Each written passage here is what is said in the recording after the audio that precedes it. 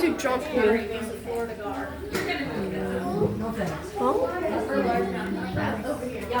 Nope. Just use the water.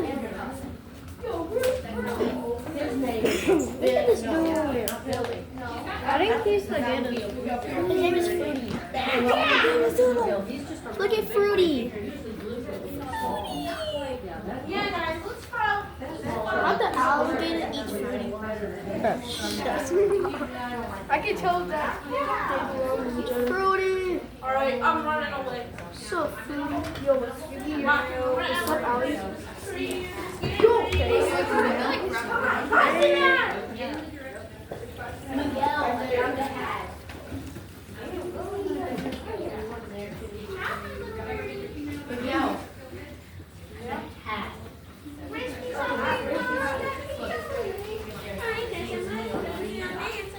So many times they will have you. Hey, Jaden, what are you looking at? What also one over here? An orange one. Hey, where's Miguel?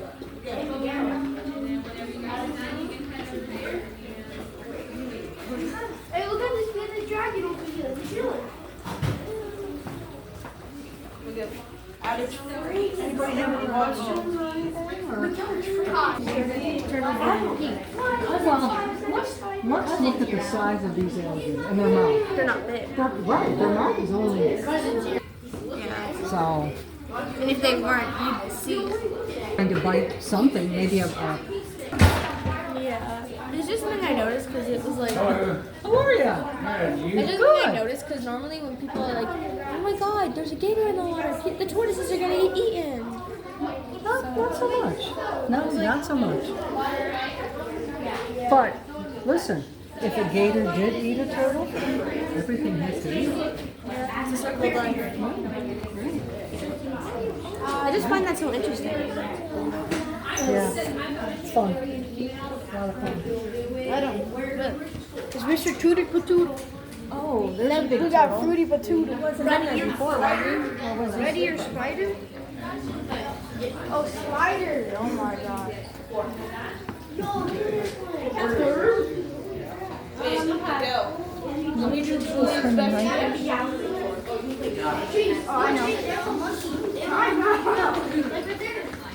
the alligator's on the bottom now. Technically, it'll be. Let me show you her best swing. Let me show Julia's best swing. It's a.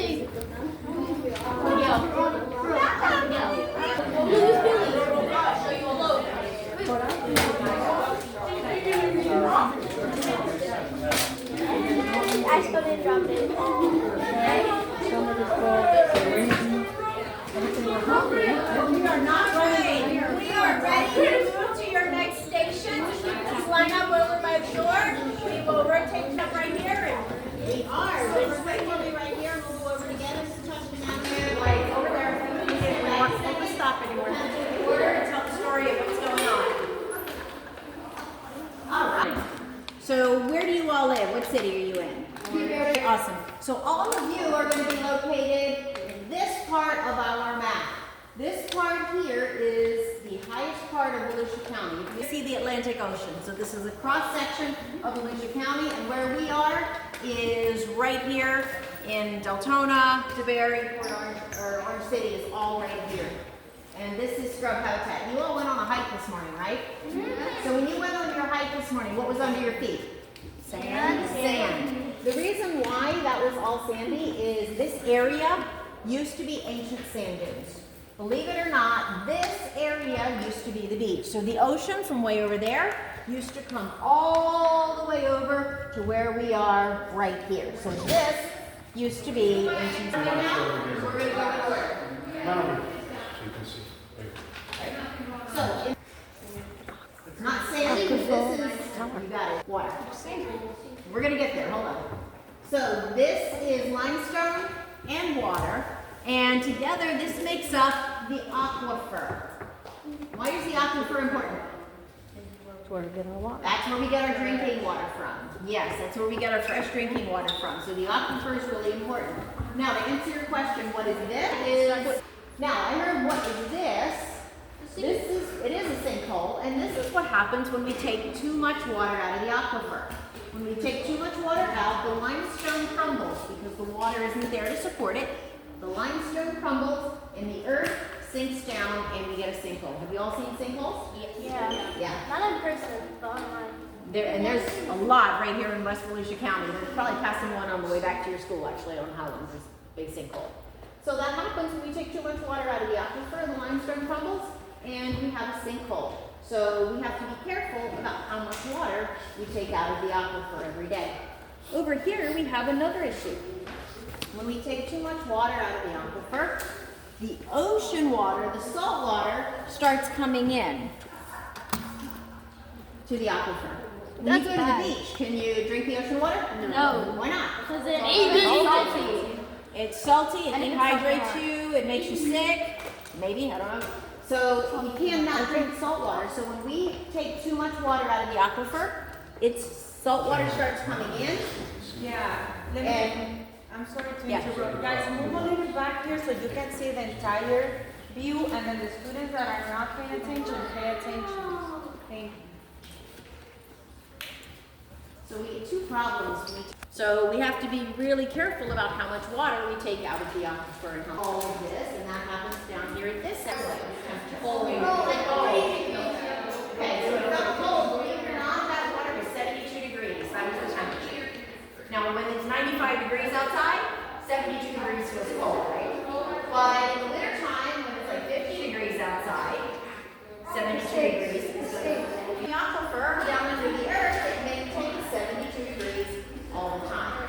So if you go swimming when it's 50 degrees, the 72-degree water is going to feel pretty good. And that's really important for one of our mammals that live here in Florida, and that would be manatees. Have you been to Blue Springs and seen the manatees there? Yeah. And the reason why, guys, we're not there yet. Come here. Go ahead. What's your question? Like manatees sometimes like move faster because like the water, they like hot water. So like Right? they stay in the water. They do. But like in the springs, like when it like gets, I forgot what it was like.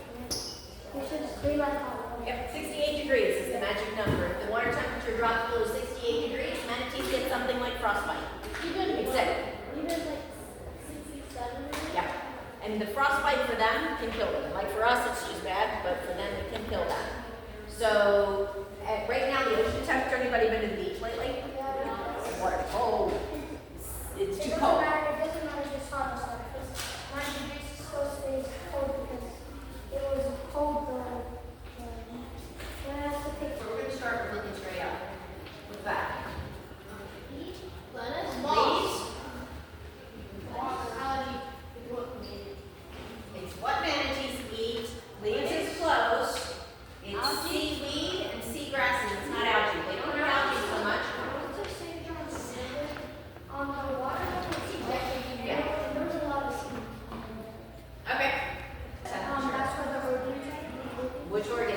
Ribs, just like that. So I want to show you to go up because they have to come up to breathe because they breathe the air just like we do. They have nostrils. So you'll see that they breathe the air just like we do. So why do they have? I'm pretty sure like I was like thinking about it. Different rib bone, and we're going to compare the two. We tell boaters to slow down and be careful, otherwise the manatees can be hit and their bones fracture and crack. Exactly. It's in place because it's fractured. So if you pass it around, you have to be really careful with it, not to break anything off, or to, as you can be slow and careful. Liver in your guess of this. Do you know the difference between this? Is a manatee flipper, and you have them real. What is that? Manatee have a special adaptation, and they're eating seagrasses. So when they're getting the seagrass, they get a lot of sand in their mouth. And that wears their teeth out. It's like sandpaper, right? It's going to wear their teeth out.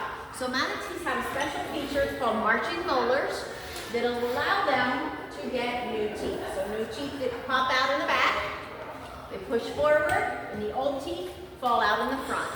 A new teeth pops out in the back, push forward, and the old teeth fall out in the front. So the manatees always have a new set of teeth. You think about humans, we have our baby teeth, they fell out, you get your grown-up teeth, we're done. They always have a fresh set of teeth, which is pretty cool. Don't have to go to the dentist.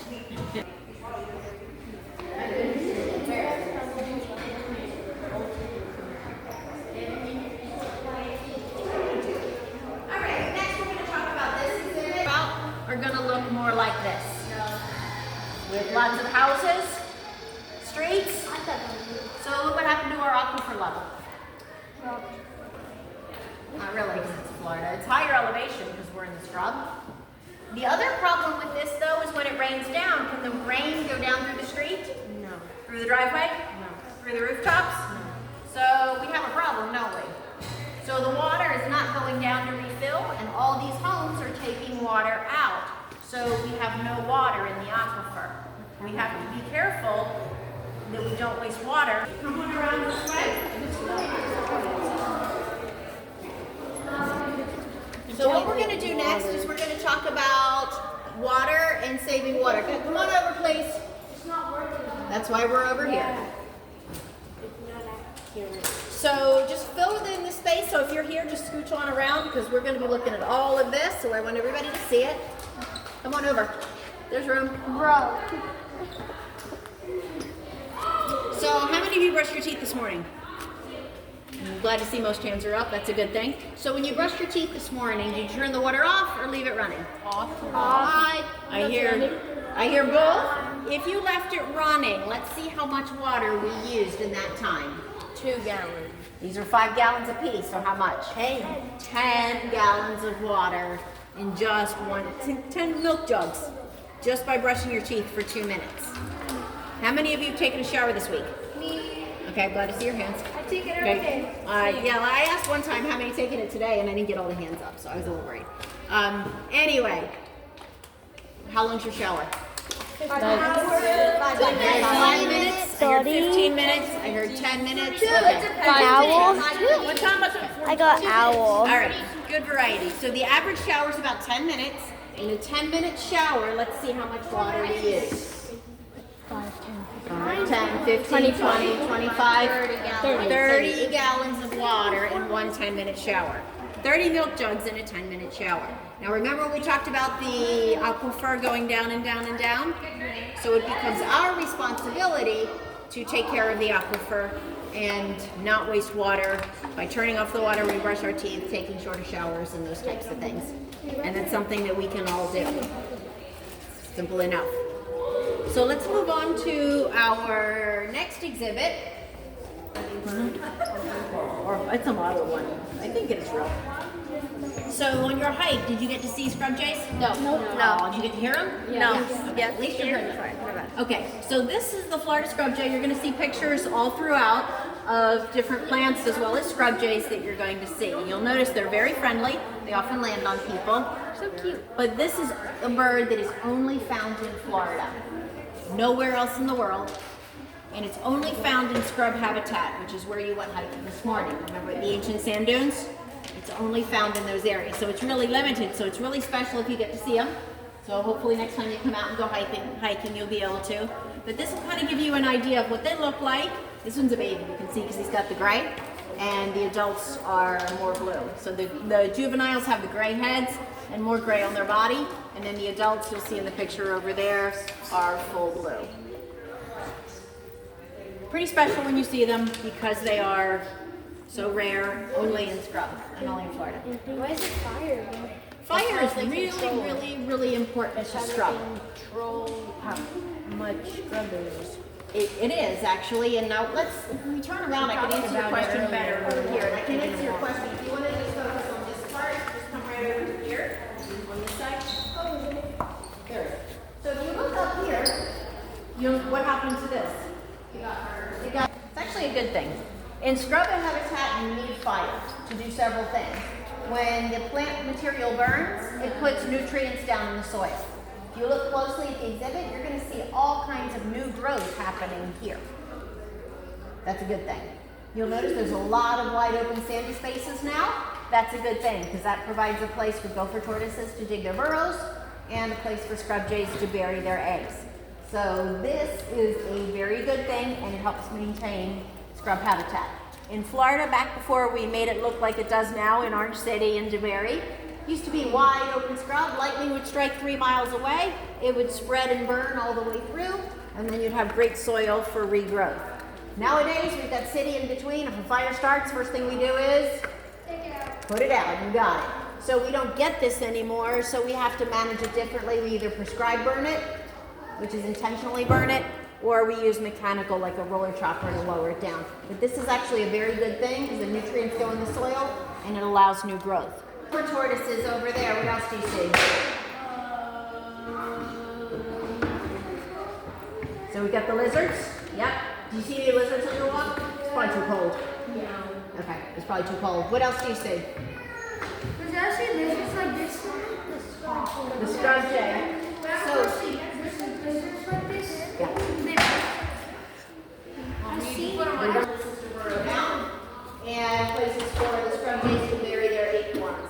Scrub jays, you know how many acorns? There's 6,000. 6,000 to 8,000, they bury them and they remember where they all are.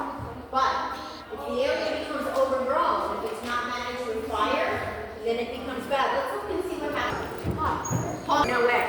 And I've got a fox in there. There is a red-winged blackbird back there. And look real close right there. There's foxes. It's a nighthawk in there. So nighttime hawk people, which would not be good, they can eat our native animals. So, because they're Ami, so they eat both plants and things. What happens